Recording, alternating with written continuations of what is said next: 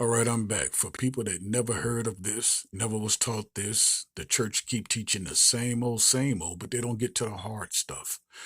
So I'm here for people that might want to know to get to understand a little bit of the hard stuff most churches don't teach.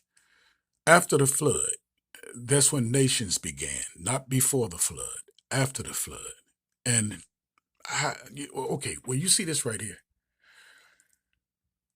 This is Noah's three sons after the flood.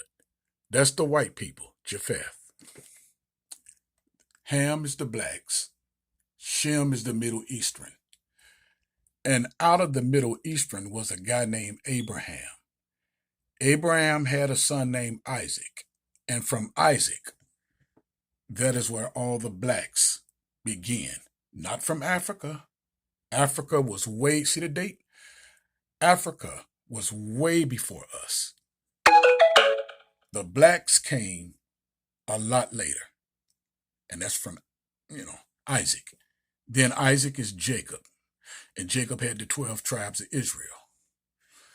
All right. So if you're more or anything like that, you are not from the Israelites. You are an African because they did that way before we even come about. The 12 tribes of Israel. You see these guys? This is their family tree. Obviously, God loves these people and nobody else. I don't care how you want to put it. When they get to Revelations 21 and 12, he's talking about the gates of heaven. All 12 gates will have each one of those names. Each one of these 12 tribes of Israel, their names will be on that gate. If you're not from that family, you will not be able to go into that gate. One thing you got to understand. Oh boy, this is crazy. God loves these people. He chose these people. It's some real ominous, really hardcore things going on here because the whole world is invisible to God. He only cares about the Israelites.